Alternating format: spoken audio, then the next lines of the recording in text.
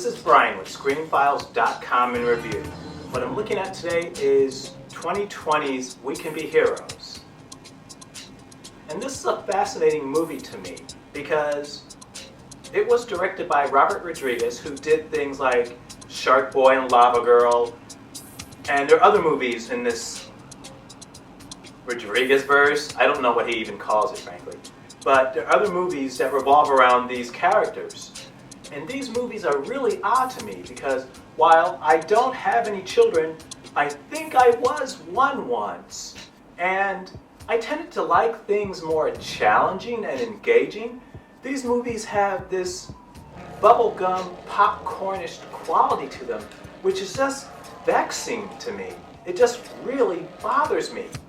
And it almost seems to say to me that because you're a child, you can't handle real emotion.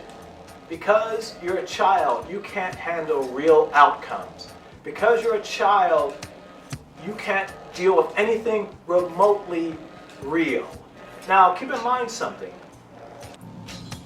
This movie revolves around a world where superheroes exist. And in this world, the superheroes are caught by this alien presence. And the responsibility for defending the Earth falls upon their children, who all have powers.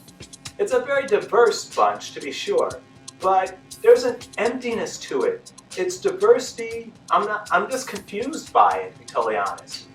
It's pretty to look at. The special effects are typically pretty cheesy. Some are better than others, but on a whole, they're just cheesy. By design, by the way. If you've seen any of these type of movies, the effects don't look that great. In fact, this movie is probably better than lots others in this thing, whatever it's called. Though, as I said, that's not an accident. He's bringing, I think at any rate, a child's visual aesthetic to these movies. Very bright colors, very odd shapes. It feels almost as if it were a production designed by a child. And I have less issue with that. As I said before, my issue is that they're too fluffy, these movies. There's no real risk to these characters. You don't sense it in any way, and when it ends, guess what? There wasn't any! What you felt going in was accurate. Namely, nothing will come of anything these characters do, because in their own way, they're meaningless. And that frustrates me a lot. Now, we have to keep something in mind. Growing up, I read books like John Christopher's The White Mountains, and that consisted of The White Mountains, Tripods, and The City of Gold and Lead, I think. In any case, they were books geared towards younger folk, but written in such a manner that there felt like there was a very real threat. It typically felt like every decision they made could have very real repercussions on their lives.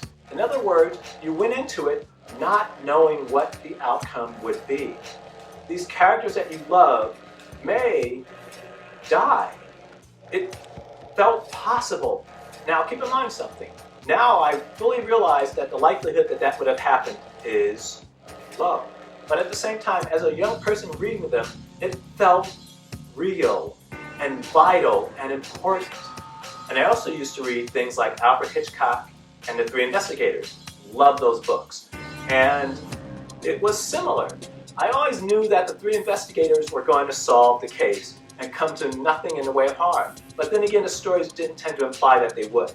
But in any case, I knew that going in.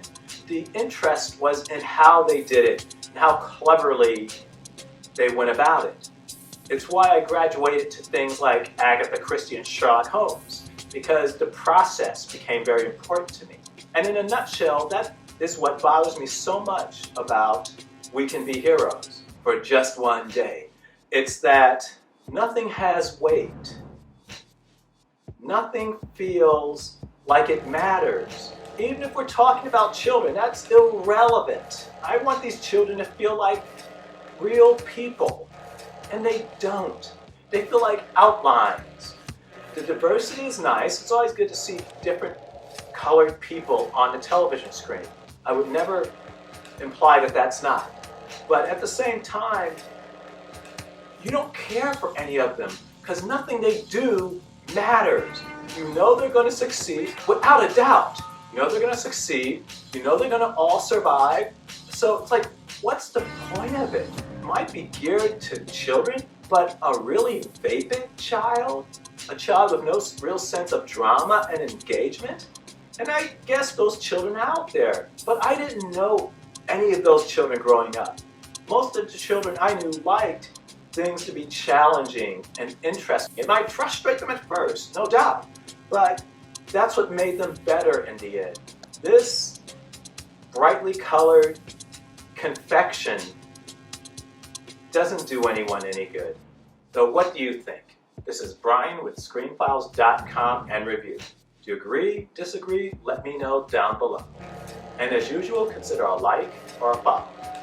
Peace.